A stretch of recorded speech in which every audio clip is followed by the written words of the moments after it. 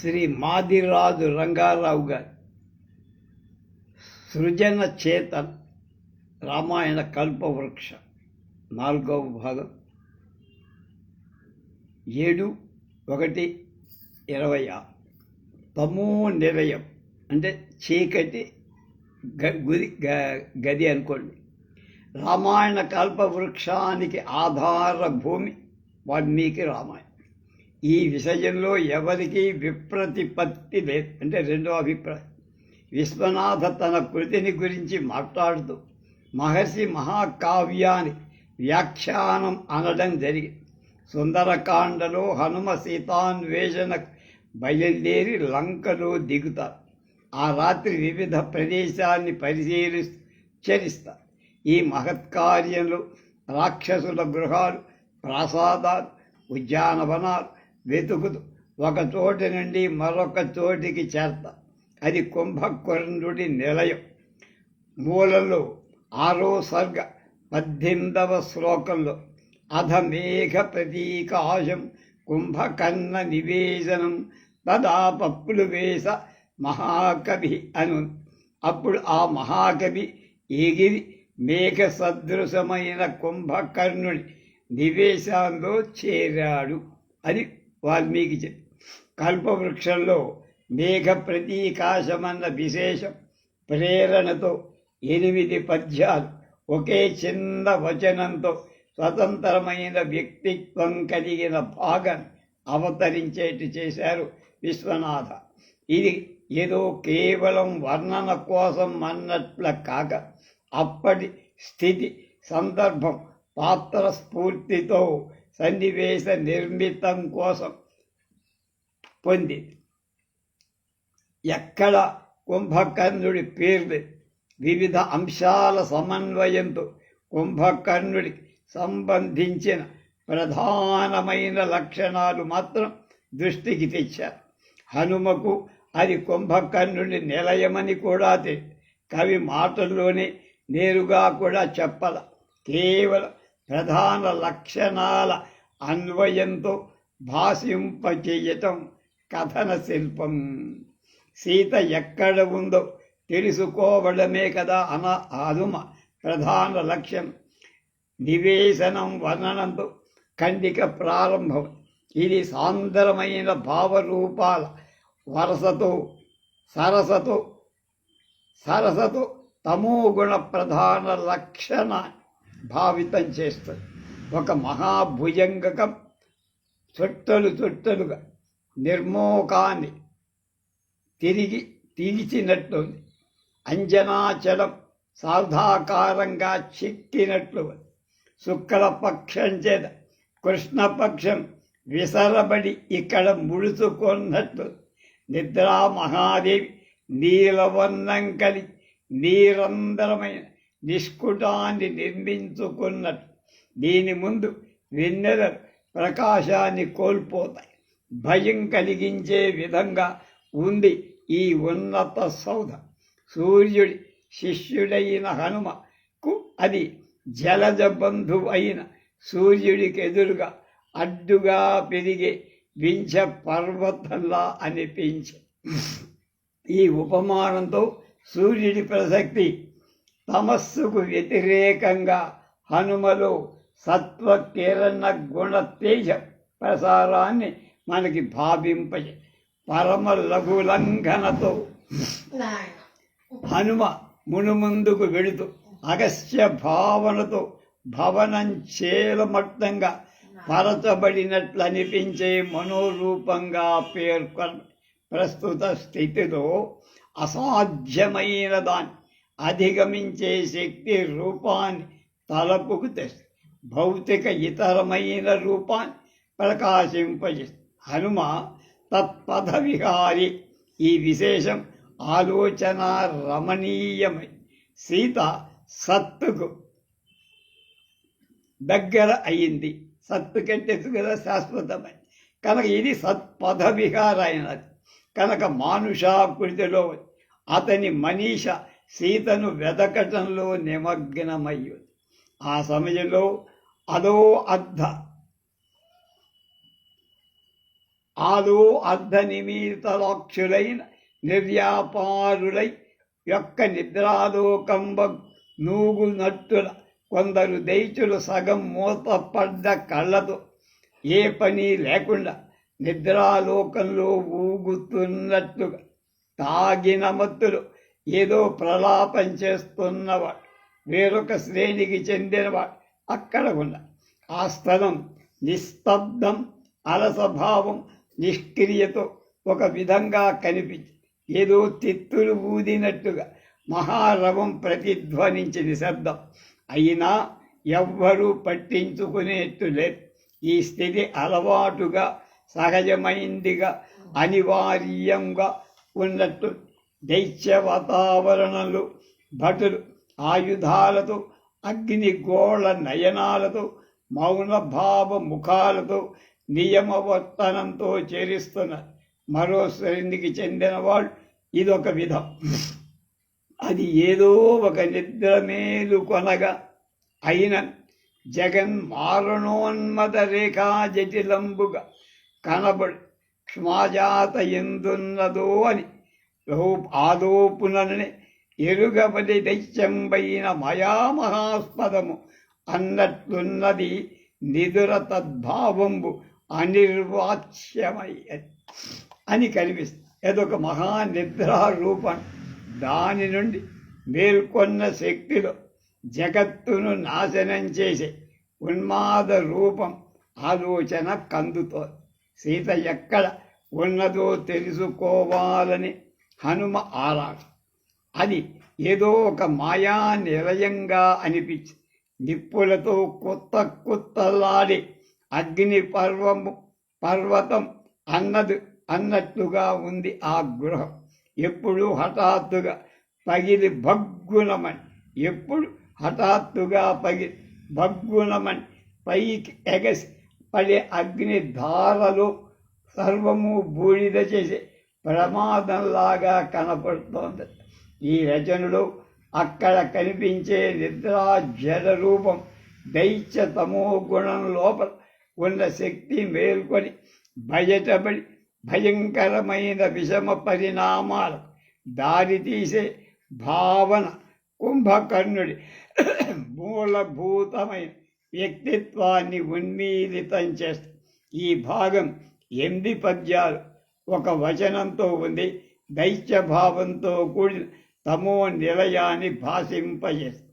అందులో ప్రస్తుత స్థితి సమీక్షలో మన లక్ష్యానికి పనికిరాని దాన్ని గుర్తించడం, ఆ చోటును పరిహరించే నిశ్చయానికి రావటం జరిగింది.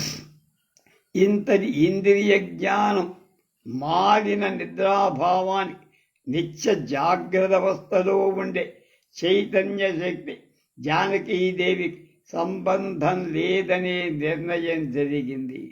ఆ చోటును పరిహరించి మరో చోటికి వెళ్ళడం ఆలోచన రూపం హనుమంతుడి వివేచనా శక్తికి గుర్తంటున్నారు మాదిరాజు రంగారావు గారు. కారణ సహితంగా ఒక నిర్ణయానికి రావడం పరిణత మనస్కులకే సాధ్యం. వాల్మీకంలోని ఒకే ఒక మేఘ ప్రతీకాశ అన్న విశేషణం ప్రేరణగా కుంభకర్ణుడి నివేశనం కవిత్వ రమణీయకతతో, తాత్విక గభీరతతో రూపొంది పాత్రకు సరిపోయిన కల్పనతో, రచనా శిల్ప సౌందర్యంతో ఆకర్షిస్తుంది. కల్పనలో భావరూపాల కాలనలో కుంభకర్ణుడి పేరే చెప్పకుండా దైత్యభావపూర్ణంగా వాతావరణ చిత్రించడంలో సన్నివేశం ఆలోచన రమణీయక అని చెప్తాం. ఇది భౌతిక మానసిక ఆత్మభూమికని పొంది దైత్యుని ఇంద్రియ జ్ఞానం లేని జడస్థితి భౌతిక రూపాలు. తత్కాలంలో అన్వేషణలో వివేచన నిశ్చయం హనుమలో మనోరూపాలు. 3 నిత్య చైతన్యశీలి అయిన సీత ప్రసక్తితో ఆత్మరూపాన్ని కవితా సౌందర్యంతో, తాత్విక స్పర్శతో సృజన రూపం విశ్వనాథ వ్యక్తిత్వాన్ని ప్రకాశిస్తాడు. ఎవడు ఊహించరా, ఎవడు రాస్తాడనుకోండి. ఆత్మశిఖ. ఆత్మ అనే అగ్నిజ్వాల. మహర్షి రామాయణం సుందరకాండలు, హనుమంతుడు సీతాన్వేషణలు, విభీషణుడి కొంప చేర్తాడు నివేశన.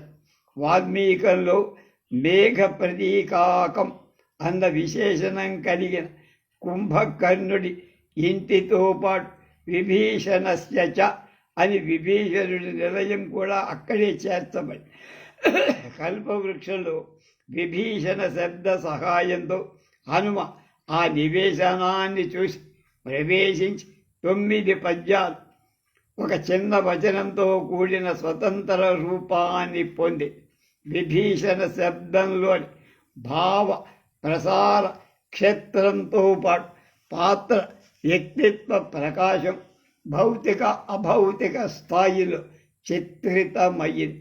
మేఘ సదృశమైన కుంభకర్ణుడి నివేశ వాతావరణ చిత్రం తామస ప్రవృత్తి ప్రధానంగా ఉంటే, విభీషణుడి నివాస వాతావరణం సాత్విక ప్రవృత్తి ప్రముఖంగా ప్రతీకాత్మను పొంది.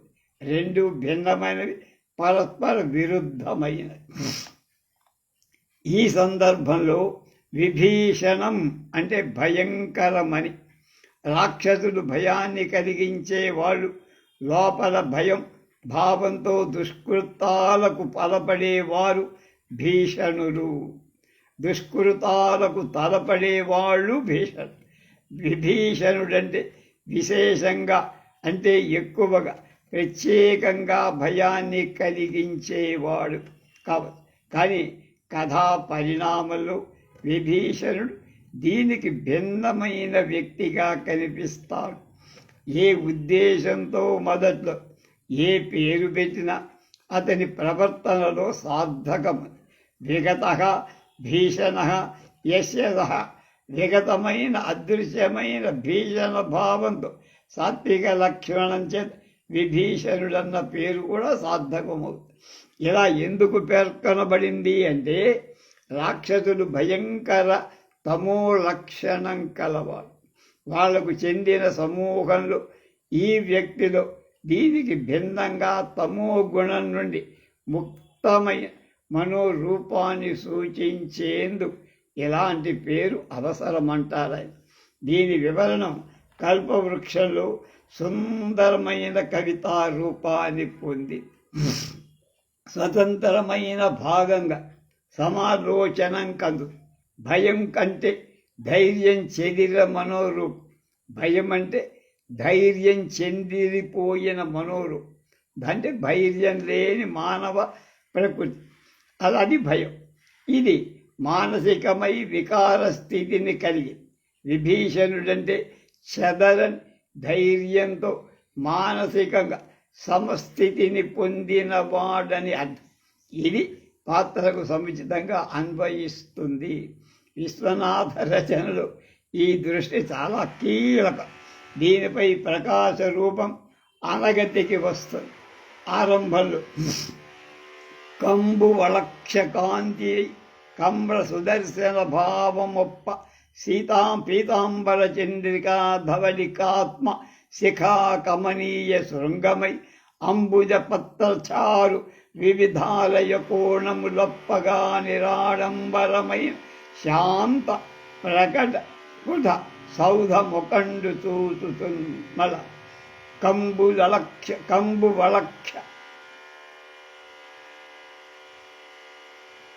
కాంతియై కద్రు సుదర్శన భావమొప్ప పీతాంబర చంద్రికా ధవళితాత్మశిఖా కమనీయ శృంగమై అంబుజ పత్రచారు విధాలయ కోణములప్పగా నిరాడంబరమైన శాంత ప్రకట స్ఫుటం సౌధముకండు చూచు. ఏ ఆడంబరం లేదు, శాంతమైన సౌధం కనబడింది. శంఖంగా చూడటానికి చక్కగా ఉంది, కంటికి ప్రియంగాను ఉంది. అందులో శంఖము సుదర్శనము విష్ణుభావ సూచకంగా దృష్టిస్తారు. పట్టు వెన్నెల్లో ఆత్మశిఖలాగా కమనీయమైన శృంగంలో పద్మం యొక్క అందమైన రేకుల్లాగా వివిధ ఆలయ కోణాలతో కళాత్మకంగా ఉంది. పటాటోపం లేకుండా శాంతిమయ భావాన్ని ప్రస్ఫుటంగా ప్రకటి ఆత్మభావంతో తాత్విక స్పర్శ కూడా పొంది తాత్విక గుణంతో ఆహ్లాదమైన అంటే ఆ మనస్సుకు సంతోషక నిర్మాణ విధంతో నిలయం భౌతిక స్థాయి నుండి భౌతికేతర స్థాయిలో ప్రవేశపెడతారు. చేతుల్లో బల్లేలతో మంకెన చూపులతో కోరల ముఖాలు భటులు సంచరించడం లేదక్కడ. సంపద వినయం కలిగిన సాధురూపం కనపడి అలాగే కన్నుల పండుగగా ప్రసన్నంగా ఇది హనుమ ఇంతకు ముందు చూసే కుంభకర్ణుడి నివాస స్థితికి చాలా డైరెక్ట్ ఆపోజిట్ అన్నమాట. భిన్నంగా ఈ విశేష స్థితిని కవి ఉత్తమ సంస్కార సంపుటి చేత విశ్వాస మార్గం చేత ఒక జీవి ఆత్మలక్షణం మూర్తిలో ముఖంలో వేషంలో కట్టిన ఇంటిలో రూపాన్ని స్ఫుటం నిర్ణయం చేయ ఇది సాధారణీకృతమైంది. ఆలోచింప ఈ సౌధం ఎవరిదో తెలియదు, కవి చెప్పనూ లేదు. దాన్ని సమీపించే వరకు హనుమకు తెలియదు.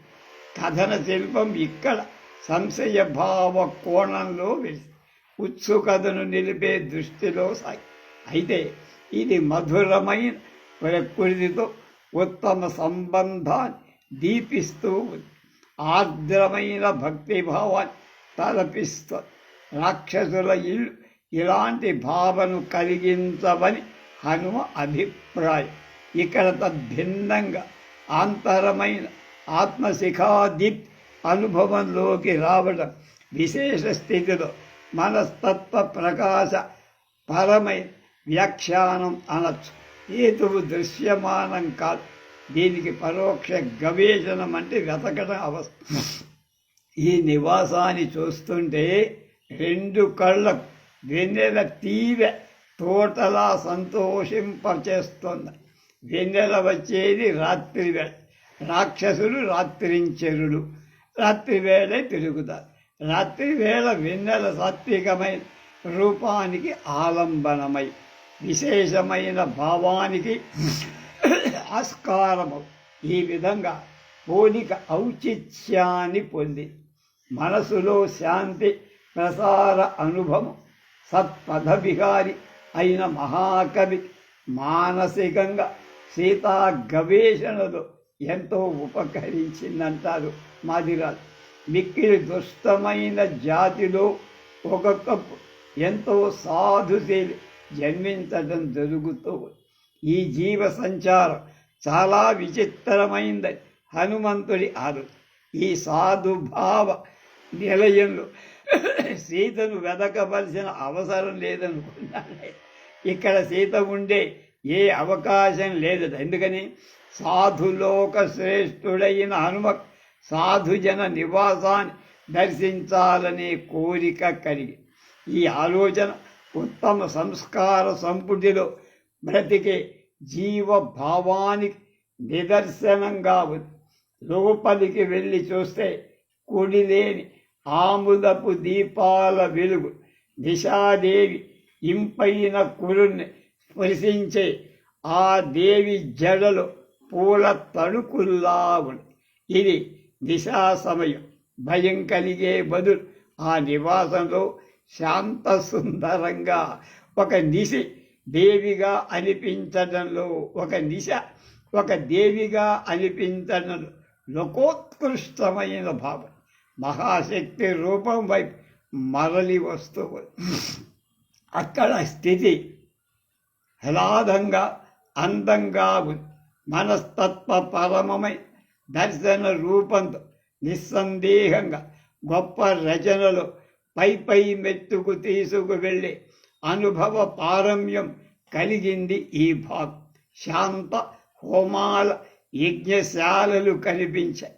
సౌధ విభాగాలన్నీ చూసినట్లే చూసి ఆలస్యం చేయకుండా సీతాన్వేషణలో మరొక చోటికి వెళ్ళిపోయి ఈ సన్నివేశంలో ప్రసన్నమైన భౌతిక వాతావరణం సాత్విక మనోరూపాన్ని భావింపజేసే అనుభవ రూపం, ఉత్తమమైన జీవ రూపంలో ప్రకాశించే ఆత్మశిఖరం సమాకరితమయ్యే, కలిసిపోయే ఈ భాగం కవితా సౌందర్య కళదు, తాత్విక భూమికతో స్వతంత్రమైన విశ్వనాథ సృజన యశో రూపాన్ని భావింపచేస్తారు.